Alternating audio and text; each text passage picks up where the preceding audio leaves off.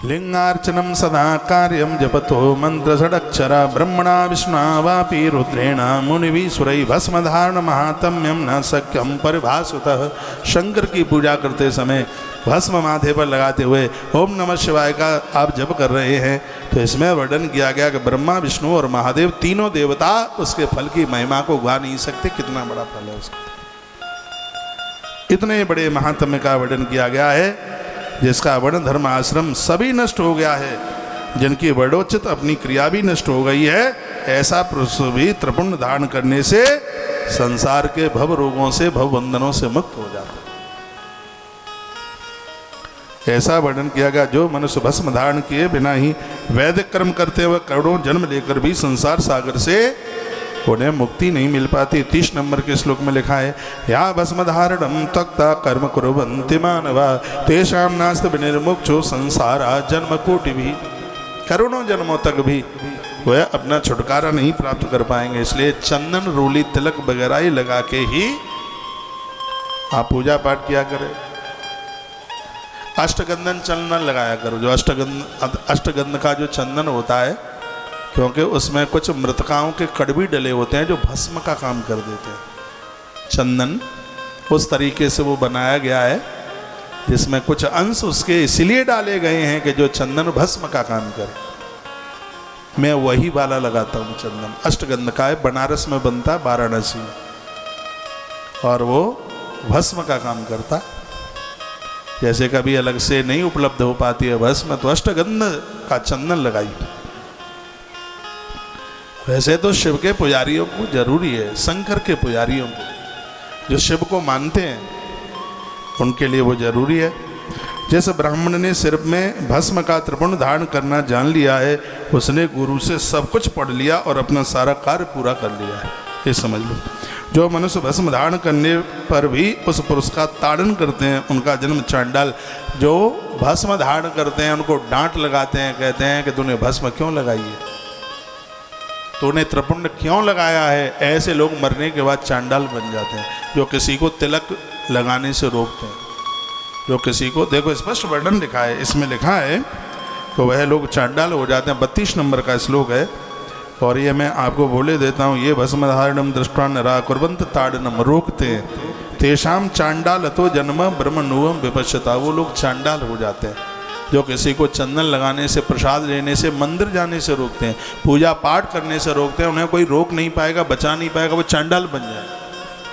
इसलिए कोई पूजा करता है रोकिए मत, मंदिर जाता है रोकिए मत, भगवान का प्रसाद लेता है रोकिए मत, माथे पर तिलक चंदन लगाता है रोकिए मत, नहीं तो मरने के बाद चांडाल बनना कन्फर्म। कथा तो आपको और भी पहले सुना दी गई है शिव महापुराण की, लेकिन धारनाथ के चरणों में कथा शिव महापुराण की कुछ अलग तरीके से हो रही है। कथा तो हम पूरा 1 महीने की वहाँ सुना गए हैं महाकाल की धरती पर, लेकिन जो बातें महाकाल में उज्जैन में नहीं सुनाई वो बातें धारनाथ के चरणों में सुनाई जा रही है। क्योंकि ग्रंथ इतना अद्भुत है, जीवन भर बोलते रहो तो भी तो बातें पूरी होती नहीं है। अब तो सब लोगों ने लिख दिया दीदी हर हर महादेव, लिंग पुराण में हर हर महादेव की व्याख्या।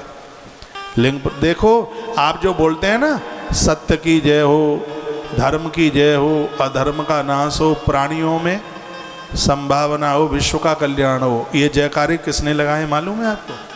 पता नहीं होगा। श्रीमद् भागवत के 5म स्कंद के 23 नंबर के अध्याय में लिखा हुआ है, ये जयकारे श्री प्रहलाद जी महाराज के द्वारा लगाए गए हैं। किसी महापुरुष ने उसकी खोज करी, ऐसा प्रचार किया कि पूरे भारत में जयकारे लगते हैं।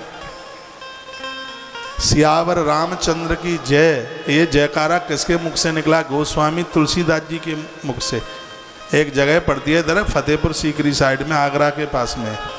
ये सोरों की तरफ रहते थे। एक दिन उनका आगमन हुआ तो रास्ते में किसी गांव से निकले एक जवान 32 वर्ष के लड़के की मृत्यु हो गई।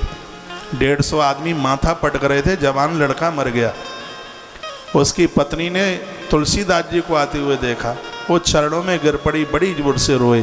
तो तुलसीदास जी के मुंह से निकल गया सौभाग्यवती भव, और उसका आदमी मरा पड़ा था। 150 लोग रो रहे थे और उनके मुंह से निकल गया कि सौभाग्यवती भव। लोगों ने कहा बाबा ये आपने क्या बोल दिया?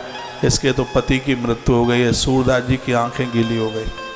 45 मिनट तुलसीदास जी की आंखें गीली हो गई। 45 मिनट तक तुलसीदास जी ने वहाँ कीर्तन किया, और जैसे ही उन्होंने कीर्तन 45 मिनट तक किया, मरा हुआ वो युवा व्यक्ति एकदम खड़ा हो गया।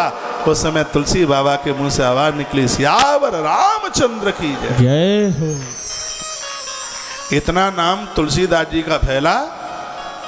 अकबर का राज्य था, अकबर ने तुलसीदास जी को फतेहपुर सीकरी की जेल में डाल दिया। 40 दिन जेल में रहे, लेकिन साधु तो जहाँ रहता है वहाँ कुछ अच्छा ही करता है। 40 दिन जेल में रहे तो 40 दिन में 40 चौपाइयाँ लिख के हनुमान चालीसा तैयार कर दिया उन्होंने। जेल में लिखा गया था हनुमान चालीसा। इसलिए जो सतवार पाठ कर कोई, छूटे बंद महास कोई, बंधन से मुक्त हो जाए। हनुमान चालीसा आगरा जिले के पास में फतेहपुर सीकरी है, ये वहाँ पर लिखा है हनुमान चालीसा। जब 40वें दिन में जब उन्होंने लिखा था, लाल देह लाली लसे और धर लाल लंगूर, वज्र देह दानव धर्म जय जय जय कपिशूर, जे लिखा, राजा अकबर के सामने घर के मकान के किले के आसपास इतना बंदर था कि गिनना मुश्किल है। बादशाह भारी परेशान था। उसने अपने लोगों को पूछा, इतने बंदर कहाँ से आ गए? उन्होंने कहा कि तुमने सनातन के महात्मा का अपमान किया है, ये मार डालेंगे, सिगरे हनुमान है ये। तब उसने हाथ जोड़े, हे बजरंगबली, गलती हो गई है, इतना सा मुझे रास्ता दे दो कि मैं बाबा तुलसीदास जी के पास तक जा सकूं। बंदर सिगरे हट गए रास्ते में से। अकबर गोस्वामी तुलसीदास जी महाराज के चरणों में गिर पड़ा, बहुत रोया, कहा, महात्मन हमें क्षमा कर दो, सिरादे हमें माफ कर दो। गोस्वामी तुलसीदास जी महापुरुष हैं, साधु को तो काय का गुस्सा है। उन्होंने कहा, बस मेरा आदेश मान लो, कुछ भी द्वारा से फतेहपुर सीकरी मत आना, नहीं तो तुम्हारी खोपड़ी के टुकड़े टुकड़े हो जाएंगे। उसी समय अकबर ने फतेहपुर सीकरी छोड़ी और दिल्ली को अपना अड्डा बनाया, दिल्ली को अपनी राजधानी उसने बनाई। जब तक जिंदा रहा तब तक वो द्वारा फतेहपुर सीकरी नहीं आया। तो ये बातें आप सुन रहे हैं, ये ग्रंथों की बड़ी अद्भुत है, आनंद देते हैं। इतना आनंद आता है, बड़े भाग्यशाली हैं कि सिगरी बातें ऐसे ही मिल जाती हैं घर बैठे। आज तो विज्ञान का ज़माना है, पहले तो कथा सुनने के लिए जाना पड़ता था, दूर जाना पड़ता था, गुरुओं के पास जा रहे हैं कथा सुनाने के लिए, सुनने के लिए, पहले श्रोता को वहाँ जाना पड़ता।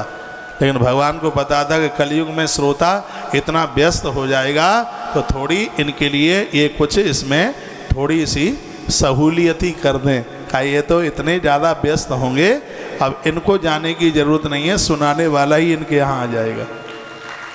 बजा लो तारी खूब जोर से।